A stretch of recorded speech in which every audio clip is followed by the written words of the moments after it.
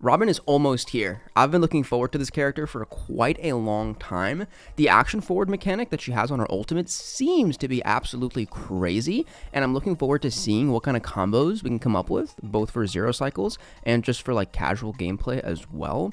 We're going to go over the banners for both Robin and Boothill, and we're going to see what the 4 stars are like, and then we're also going to see what kind of light cones are going to be accompanying their signatures. For Robin's banner, it seems like Topaz is making a return. Makes sense because follow-ups essentially are going to be dealing increased damage during the concerto state, so every instance you deal is going to be dealing a little bit of extra damage from Robin, so it makes sense that we're seeing a follow-up character on here. More importantly, Topaz means that Worrisome Blissful is also coming out. I'm pretty sure that's the name of her light cone, but I missed out on not getting that, so I'm looking forward to that too. Now, for the 4 stars, it seems like we've got March 7th, Hanya, and Xueyi. So let's get into March's Eidolons and see at what point, if you have a well-invested March, it might be even worth it to run this character over like a Natasha or Lynx or something like that, right? The first Eidolon, whenever you freeze somebody with your ult, you're going to get 6 energy, so it's pretty good for her freeze uptime. I do like to run her with a ton of effect hit rate, so you're constantly freezing. The second Eidolon is just going to give your lowest HP character a shield when they start the battle, you know, so that's going to help at the beginning, but 4, increased talent damage, nothing. 6 is going to be a good heal on your characters with shield, which is pretty good. So an E6 March is at what point I would suggest using this character over somebody like a Lynx or a Natasha or something like that.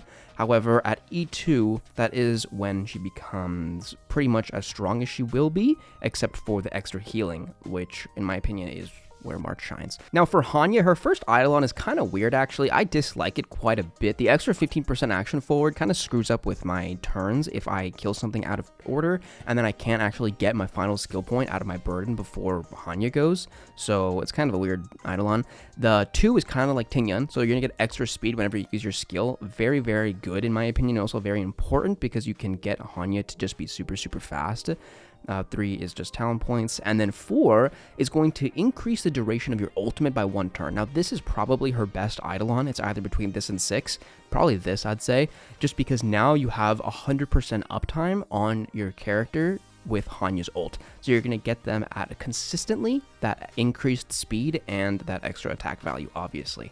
Now 5 is just ultimate and talent, and then 6 is that extra 10% on your ability. Now as you can see, or the talent rather, the talent is just going to be 30%, so it's going to go from 30 to 40. Is it that much of an increase? Not really, so E6 is not even that good. E4, I think, is a great place to start building Hanya and investing into her. My favorite character, Xueyi, is here. Her Eidolons are pretty nice in my opinion. The first one is going to increase that follow-up damage by 40%. Now, from playing Xueyi, I've found that pretty much her damage is evenly distributed 1 to 1 to 1 in between her follow-ups, her skills, and her ultimate. So this is not going to be too much of an increase, but it is going to make her coolest animations deal the most damage. Now, this is going to make it so now all of her follow-ups are going to be Silver Wolf. They're going to take a little bit of toughness regardless of the type. Pretty good, although she can't, regenerate points off this, so it's not going to matter too much, and the amount that you deal with toughness is not very high unless you're using it with Ranmei as well.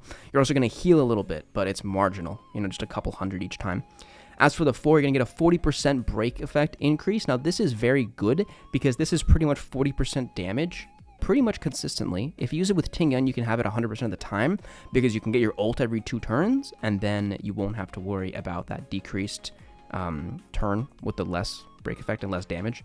So using Xueyi with Tingyun is one of my favorite combinations. As for the E6, stack decreases to 6, so you can now trigger your follow-ups at 6 instead of 8. Very, very, very, very good. Love it. It's just more fun to use Xueyi at 6 because you feel like she's doing a lot more. However, damage-wise, I don't know if it's actually too much of a damage increase. So 4 is very good, 2 is good, 1 is good, 6 is good. They're all kind of good, but not one that you really, really need. Xueyi is just a great character. Boothill's Banner does seem... Boothill's Banner. For Boothill, it is For Boothill, it seems like Fu Xuan is going to be his running mate, so it's nice to see her make a return. The 4 stars are going to be Pela, Luka, and Hook. So let's get into those eidolons real quick. Pela is so broken. She's such a great character. Her E1, pretty much every time a character is defeated, you're going to get extra energy. Super, super good. Pela is such a broken character. She's so good, honestly. The first Eidolon is going to give her an extra 5 energy whenever a character is defeated. Crazy for a support. Increases her ult uptime to pretty much 2 turns, you know? It's crazy. The 2 is going to make it so she gets extra speed whenever she removes a debuff. Kind of good in some situations, although pretty unconsistent or not consistent because it's hard for every enemy to always have a debuff. 4 is going to be crazy for characters like Misha, Yangqing, Jingliu. That extra ice res makes her super, super good. Pretty much Silverwolf tier when it comes to the amount of debuffs that you can apply. A little bit less than Silverwolf, but for a 4-star, it has a 2-turn ult and is as skill point positive as she is. I mean, she's not super skill point positive if you want a 2-turn ult, but pretty crazy. The 6 is going to make her pretty much have some DPS capabilities. Extra 40% attack whenever she attacks something that's debuffed. Kind of makes her work against adjacent enemies, so you can wipe some out if you have a good enough attack, but for the most part, nothing too crazy. 6 is not very good. 4 is where you want Pela. As excited as I am for Boothill, I'm kind of upset that now Luka is seeming to have lost his place completely in everywhere. So we're going to see if Luka has any place left, probably just left next to Kafka for some extra retriggers for breaks, but other than next to Kafka, I don't see how Boothill is going to be not replacing Luka in every single place. Now, for the Eidolons on Luka, pretty much first action is going to make it so deal a little bit of increased damage. Honestly, if you're using Luka if you're losing Luka at all, if it's not a break effect Luka, you're doing something wrong because attack Luka is not good at all. You only want break effect, and anything that says increased damage, increased attack is pretty much useless at the end of the day. The only thing you want is vulnerability, defense shred, increase his level, and then extra res pen. Other than that, you don't want anything on Luka. 2 is going to make him get an extra stack whenever he uses his skill against a physical enemy. Very good to make him do more uppercuts. For the 4, you're going to get increased attack. Just like I said, increased attack, nothing. 6, very, very good. You're going to be dealing increased bleeds equal to 8% during your uppercut, and it's kind of like a gamble. So you have like a 50% chance depending on how many extra hits you apply, because his talent's kind of like weird, right? So the uppercut with extra bleeds, super good, crazy high damage. Love Luka. I've never read Hook's Eidolon, so let's just read them together for the first time. Enhanced skill damage increased by 20%, E1, pretty good for an E1. 2, increase the status of burn by the skill. I don't know if that matters whatsoever. Talon is triggered. There's a 100% base chance to burn adjacent enemies. I wonder if Hook has some kind of burn mechanic. Hook deals 20% more damage to enemies inflicted with burn. So, okay. You know what? If you have an E6 Hook, go ahead and build Hook. Do it. Robin's banner is pretty interesting. I mean, we've got her light cone, obviously. The extra energy regen that you're going to be getting, plus that extra attack, not to mention that increased base attack, plus that extra damage that you're going to be giving to the entire team, is making her light cone look like a great option. The other options that you could put on Robin, I mean, pretty much just are energy related, because there's nothing that's going to increase her attack other than just going for like a high base attack light cone, so like Bronya's light cone, which is probably going to be very good also because you're going to get that extra energy regeneration rate. Maybe you can take advantage of skilling in the next character going, but probably not unless your DPS is going first. However, energy related light cones, memories of the past, meshing cogs, other options for Robin, but her light cone is looking very good. Speaking of Robin, Topaz's light cone is great. The extra debuff is probably the best part. Having that extra synergy with Dr. Ratio works out quite nicely. Having that extra debuff for... No, never mind. I was going to say acheron, but what does Topaz have to do with acheron? Other than that, the damage increase that you're going to get for Topaz is probably good. If you have a highly imposed swordplay, probably don't need it. But if you don't have one like me, then it's probably a good pickup. Other than that, you know, speaking of swordplay on the banner, other 4-star light cones are the new Nihility light cone and Perfect Timing. Perfect Timing is a great light cone if you want to make your abundance character like unCCable. However, with post-op conversation giving you extra energy regeneration rate, and quid pro quo and shared feeling, both giving your characters extra energy, multiplication giving you action advance. It's hard to beat those light cones. So I wonder in what situation perfect timing is going to, outplay those. However, it still is a very good light cone. The new Nihility light cone is going to give extra crit rate and extra damage. Now, it's pretty much only good on Acheron. So, since Acheron already came out, you probably already have leveled up Good Night and Sleep Well or her signature. So, if you have her signature, obviously, you wouldn't go for this. But whether this one is better than Good Night and Sleep Well, we'll have to see. It's possible at a lower superimposition, this does beat Good Night and Sleep Well. So, that is going to be something to look out for.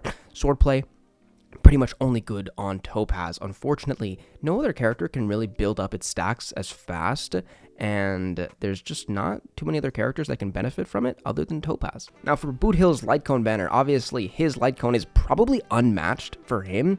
There's just no other hunt light cone that even comes close to benefiting a break-focused hunt DPS.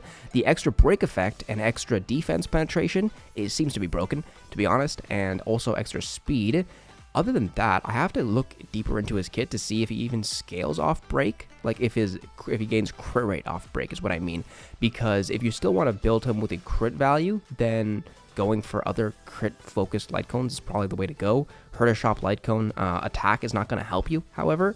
Pretty much the only thing that's going to help his breaks are going to be defense shred, res penetration, vulnerability. So other than that, I wonder how much the other light cones are really going to benefit him. His signature seems to be broken for him.